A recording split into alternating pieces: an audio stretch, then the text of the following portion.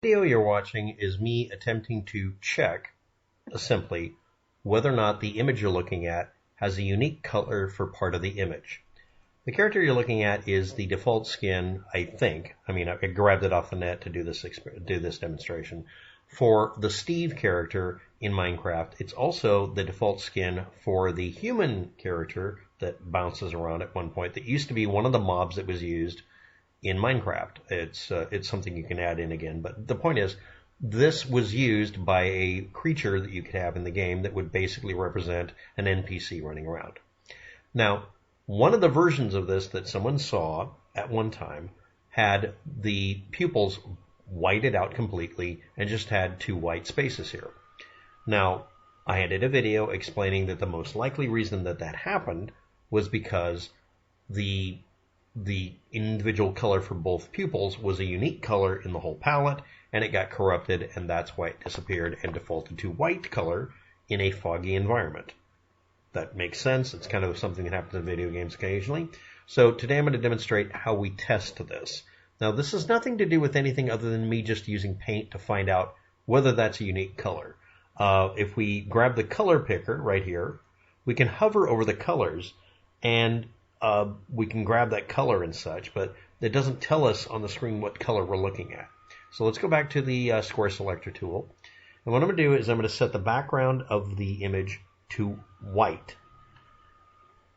And I'm going to now go like this and make the image have a bigger background, which will be white in this case. Now I'm going to change what it thinks the background color is by right-clicking with the color picker the pupil area. Now, these squares are literally entire single pixels. They're just blown up massively in this case. The actual size of this is an extremely tiny bitmap. So what I'm going to do is I'm going to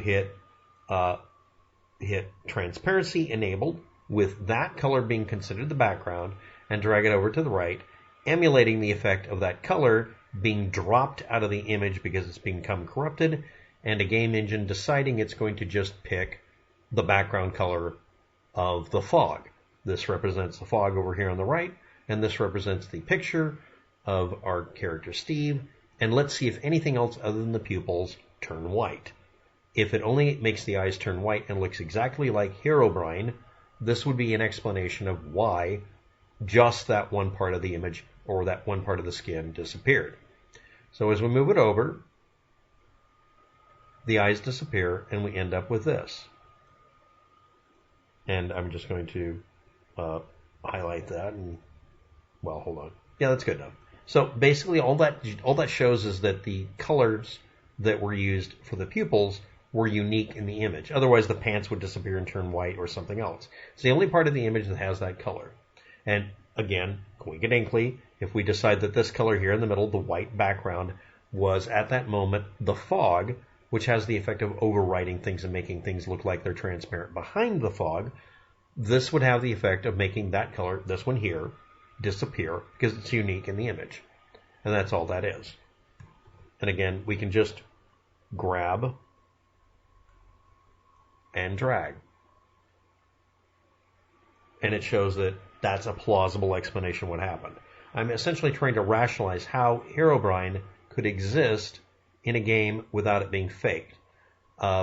Altering the skin would affect any other player seen by the player and also the player, but this would be a way of faking it. Also, they could have just faked it by just altering the image. But this was an explanation I made in the video of why this probably happened. And again, this is the kind of thing that happens all the time in video games. It should also be pointed out, if you look around in Minecraft, that alpha channel or see-through parts are used for the foliage in the trees and that sort of thing in some versions of it. So it's not outside the realm of possibility. So that's really all there is to it in the video. Someone asked me why I did this. Originally I did it with a red background, but I should have just done it this way.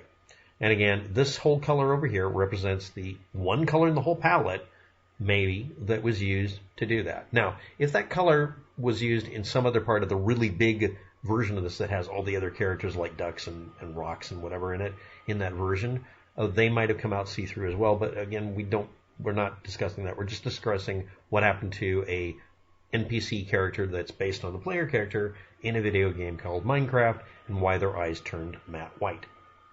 Thanks for watching. Have a good day. Good luck with that. And this will work technically in any other image editor you use. Bye.